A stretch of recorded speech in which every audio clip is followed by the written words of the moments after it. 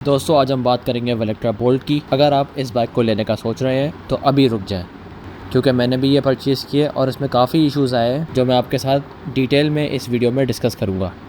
उसके बाद फ़ैसला आपका है।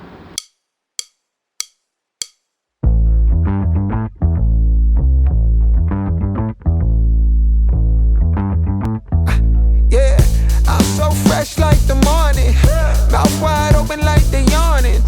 Every time they see me, they in G-Shock. Homie, this is too far. Homie, I feel too alive. You can see me like Illuminati. You can see me like Illuminati. But I'm shining so bright, so bright. Don't come and try to share some of this light. No, give me a beat and I control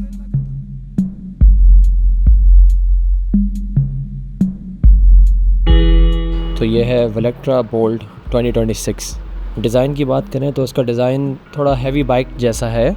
इसमें कुछ parts metal के हैं, काफ़ी सारे fibre के हैं और कुछ पार्ट्स प्लास्टिक के हैं। ये जो साइड पैनल्स हैं ये प्लास्टिक के हैं और ये इंतहाई वीक हैं, हल्की सी टक्कर से भी ये टूट सकते हैं और इनमें कुछ इश्यूज़ भी हैं, ये अटैच नहीं है प्रॉपर्ली। ये मैं आगे प्रॉब्लम वाला सेक्शन है वहाँ पे जाके आपको दिखाऊंगा। इसमें LED प्रोजेक्टर हेडलाइट्स मौजूद हैं और DRLs मौजूद है जो कि थोड़ा सा मॉडर्न लुक देती है और नो डाउट इसकी लाइट्स काफ़ी पावरफुल है।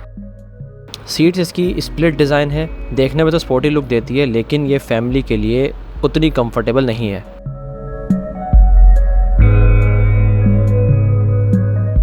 अच्छा, परफॉर्मेंस की बात करें तो जो इसकी मोटर लगी हुई है वो 3000 वॉट की है जो कि 120 न्यूटन मीटर का टॉर्क प्रोड्यूस करती है। 120 न्यूटन मीटर का मतलब है कि पिकअप बहुत तेज़ है और 0 to 60 का रेंज है, मतलब 0 to 60 जितनी देर में पहुंचती है बहुत फास्टली पहुंचती है। कंपनी कहती है कि 5 सेकंड में पहुंच जाती है, जो कि हाँ नॉर्मली 5 से 10 सेकंड में पहुंच जाती है ईजीली।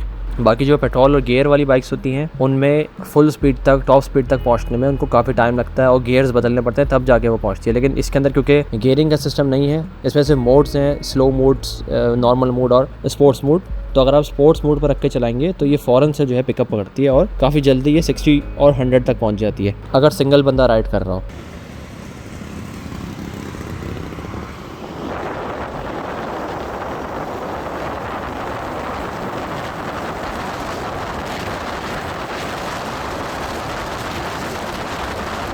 ये बाइक लेने का एक मेन रीज़न मेरा ये भी था कि मुझे गियर्स वाली बाइक से मैं परेशान हो गया था कि बार बार गियर बदलते रहो।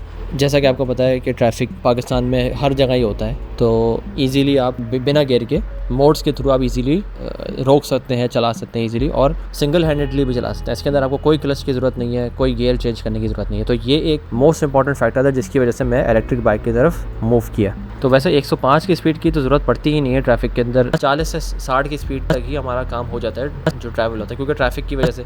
अदरवाइज़ जो लॉन्ग रूट्स होते हैं, जो ओपन रोड होते हैं, वहाँ पे इजीली 105 तक चले जाती है, 100 तक तो इजीली चले जाती है।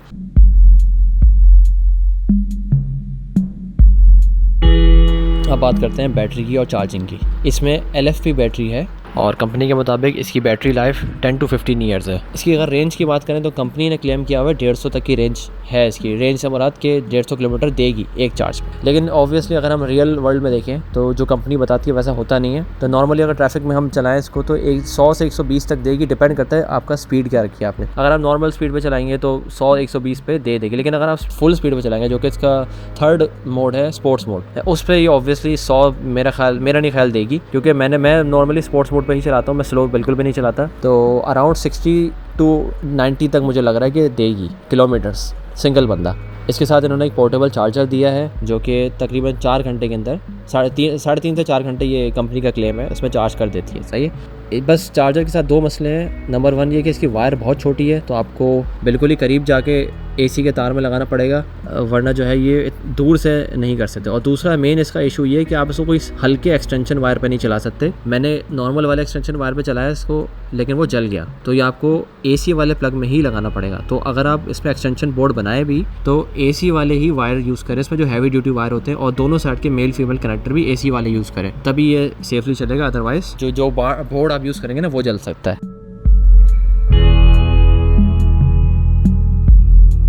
अब बात करते हैं ब्रेक, सस्पेंशन और टायर की। तो इसके जो दोनों टायर है उसमें दोनों में डुअल पिस्टन डिस्क ब्रेक दी गई है, जो कि अच्छी चीज़ भी है और एक तरह से नुकसानदेह भी है। वो ऑब्वियसली जो बाइक राइडर्स हैं उनको पता होती है चीज़ें, बट ओवरऑल ये अच्छी ही है। दोनों तरफ डिस्क ब्रेक है जो काफ़ी पावरफुल है। और जो दोनों टायर हैं वो अलग अलग साइज़ के हैं। फ्रंट टायर 90-90-16 और बैक टायर 120/80/17 का है। और ये दोनों ट्यूबलेस टायर हैं। जो पीछे वाला टायर है वो वाइड इसलिए है क्योंकि ऑब्वियसली मोटर पावरफुल है इनकी, तो मोटर जो है पावर देती है, तो टायर को ग्रिप चाहिए होती है रोड पे, तो इसलिए वो टायर थोड़ा सा मोटा है और इसी की वजह से रोड की ग्रिप अच्छी आती है और बैलेंस रहता है। बहुत ज़्यादा ऐसा नहीं होता कि फिसलती नहीं है बाइक। सस्पेंशन की बात करें तो आगे अपसाइड डाउन फोर्क्स हैं और पीछे जो है एक सिंगल मोनोशॉक है। ओवरऑल काफ़ी कंफर्टेबल राइड मिलती है और जंप्स ज़्यादा फील नहीं होते। हैंडल थोड़ा आगे की तरफ है तो शॉर्ट हाइटेड लोगों के लिए थोड़ा सा डिफ़िकल्ट और अनकंफर्टेबल हो सकता है, बाकी मेरे लिए तो कोई इशू नहीं हुआ।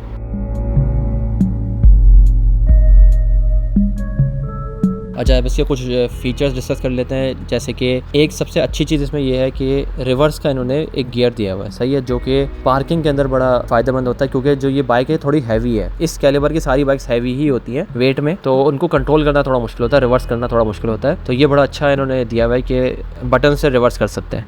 अच्छा, एक चीज़ और, जो इनका स्पीड डिजिटल मीटर है उसमें एक स्पीकर लगा हुआ है जिसमें से बाइक स्टार्ट करने पे बाइक की आवाज़ आती है। ठीक है, जैसे हम नॉर्मल बाइक स्टार्ट करते हैं तो एक आवाज़ आती है ना साउंड की, तो वो आवाज़ आती है स्पीकर के थ्रू आती है वो। लेकिन जो मैंने बाइक ली है इस वाले वर्जन में वो नहीं है, मुझे नहीं पता क्यों, वो मैं जाके सर्विस सेंटर में चेक कराऊंगा। लेकिन जो इन्होंने शोरूम पे मुझे दिखाई थी उसमें स्टार्ट करने में वो आवाज़ आती थी। रिवील करते हैं इसको। ओह ये पार्किंग पे है इस वक्त। यहाँ पे टोटल किलोमीटर शो करता है कितने आज तक चली है। ये टोटल बैटरी है। यहाँ पे आज की ट्रिप शो करता है आज कितनी चलाई है। इधर स्पीड शो करता है और ये अभी पार्किंग पे है। मैं ब्रेक दबाऊंगा तो ये स्पीड शो कर रहा है अभी। और यहाँ पे मोड्स हैं और ये मोड्स चेंज होते हैं, जैसे 2, 1, तो 1 सबसे स्लो है, 3 सबसे फास्ट है। अब बात करते हैं बारिश के हवाले से। कंपनी के क्लेम है कि ये बाइक वाटरप्रूफ है, IP67 है, तो हल्की बारिश में इसको कोई फ़र्क नहीं पड़ेगा। बट अगर तेज़ बारिश होगी तो उन्होंने मुझे साथ में ये भी मशवरा दिया है कि आप इसके स्पीड मीटर पे थैली चढ़ाएं और जो सामने आपके एक्सीलरेटर और जो बटन्स हैं उन पर भी थैली चढ़ाएं ताकि बैटरी में पानी ना चले जाए, ताकि शॉर्ट सर्किट ना हो। तो ये IP67 तो है लेकिन कम्प्लीटली नहीं है और ऑब्वियसली IP68 भी नहीं है। ये भी सिनेरियो है कि इसको हम प्रेशर वॉश से भी नहीं धुलवा सकते। ये भी उन्होंने जो मुझे लिस्ट दी है प्रिकॉशंस की उसमें कहा है। ठीक है, हल्की फुल्की बारिश में मेरा ख्याल है बच सकती है, बट फिर भी हम प्रिकॉशन के लिए इस पर जब भी बाहर निकलेंगे तो थैली चढ़ा के निकलेंगे, क्योंकि ऑब्वियसली जब हम पेट्रोल बैग्स भी यूज़ कर रहे होते हैं तो उसके प्लग पे हम थैली चढ़ाते हैं ताकि उसमें पानी ना चला जाए।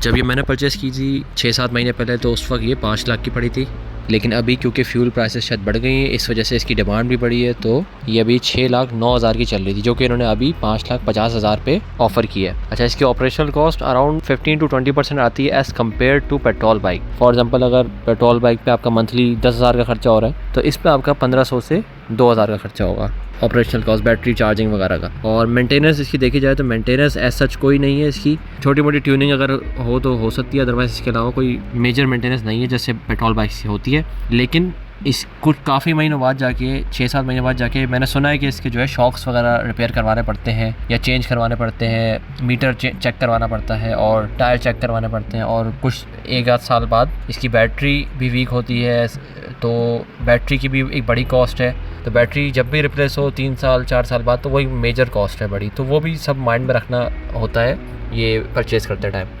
क्योंकि ये इलेक्ट्रिक बाइक है, अगर कोई इशू हो जाता है, इसमें कोई पार्ट ख़राब हो जाता है या बाइक स्टार्ट नहीं होती है, जो भी इशू है, तो ये इनके सर्विस सेंटर से ही हो सकती है, क्योंकि कोई आम आई डोंट थिंक सो कि कोई आम मैकेनिक इनके पार्ट्स को प्रॉपर्ली देख पाएगा या सही से रिपेयर कर पाएगा। तो ये भी एक पॉइंट माइंड में रखना होगा।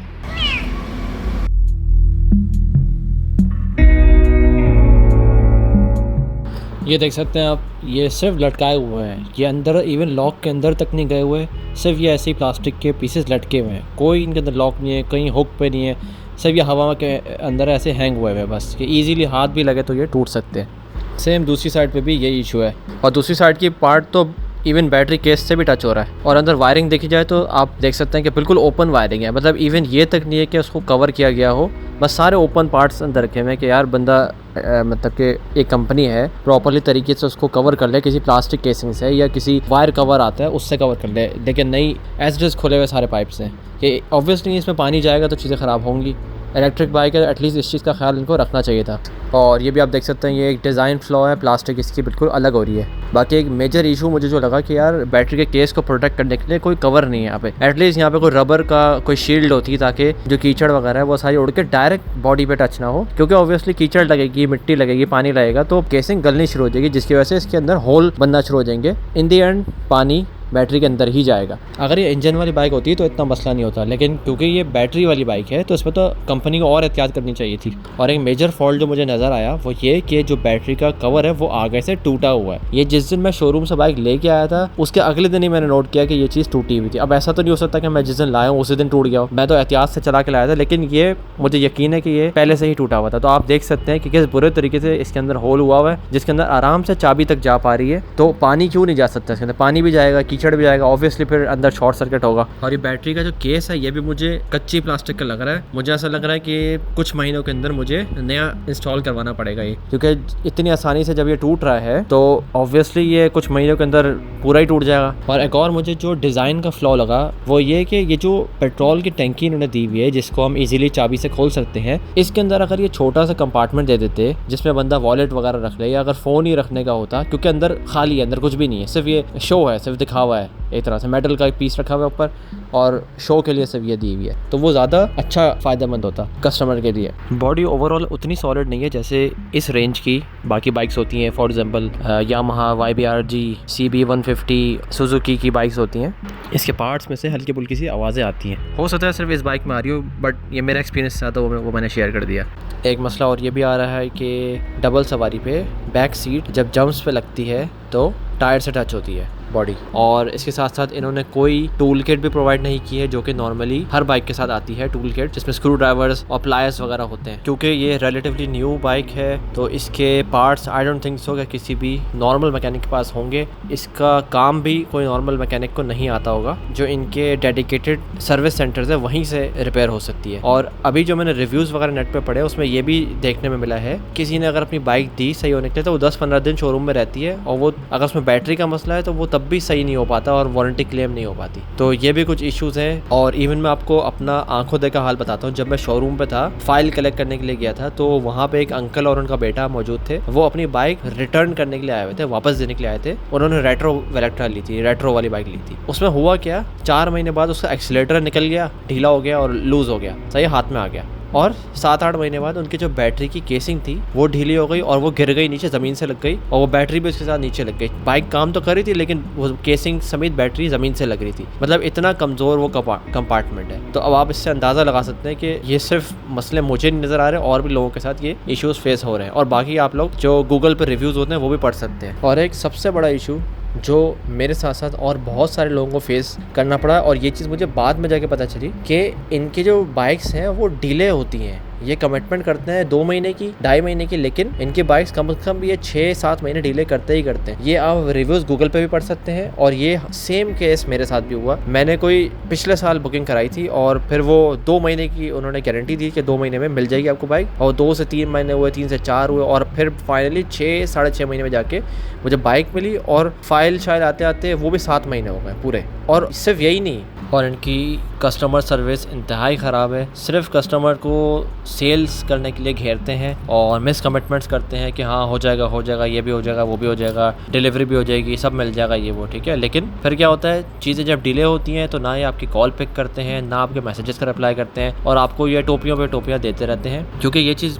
खुद मेरे साथ हुई है। 7 महीने बाद मुझे बाइक मिली है, और यही हुआ है। हमेशा मैं अपडेट्स ले रहा हूँ, खुद से कॉल्स कर रहा हूँ, खुद से अपडेट्स ले रहा हूँ। तो मेरी तरह कितने लोगों के साथ हुआ होगा, और हो सकता है ये आपके साथ भी हो। और मैंने काफ़ी लोगों से ये भी सुना है कि अगर बाइक में कोई फॉल्ट आ जाए तो फिर तो ये कॉल उठाते ही नहीं है, और ये देखते हैं कि भाई ये उस कस्टमर की कॉल है तो फिर उसको इग्नोर करना शुरू कर देते हैं जानबूझ के। मैं 7 महीने में काफ़ी दफ़ा इनके शोरूम पे गया, और हर दफ़ा ये जो है ऐसे बिहेव करते हैं जैसे पहली दफ़ा मिल रहे हो, पहचानते ही नहीं। सर क्या मसला है आपका, क्या इशू है, अच्छा नाम बताइए अपना, चेक करते हैं, ये वो ऐसे इस तरीके से बिहेव करते हैं जैसे कि मसला ही पहली बार इनको पता चल रहा है, और मुझे देखा है इन्होंने पहली बार है। ये था मेरा डिटेल रिव्यू, आपके सामने है कितने इश्यूज़ हैं। अगर देखा जाए इसका प्राइस पॉइंट तो उस हवाले से मुझे ये इश्यूज़ जस्टिफाइड नहीं लगते, लेकिन फिर भी मैं इसको 6 मंथ्स चलाता हूँ, और 6 मंथ्स बाद मैं दोबारा आपके सामने एक रिव्यू पेश करूँगा जिसमें मैं आपके साथ डिस्कस करूँगा क्या इश्यूज़ आए इस बाइक में, और कस्टमर सपोर्ट ने कितना ताउन किया, नहीं किया, या जो भी है टोटल सिनेरियो ओवरऑल, मैं 6 मंथ बाद एक कंप्लीट रिव्यू दोबारा आपके साथ शेयर करूँगा। उसके बाद आप डिसाइड करेंगे कि इसको परचेज़ करना है या नहीं,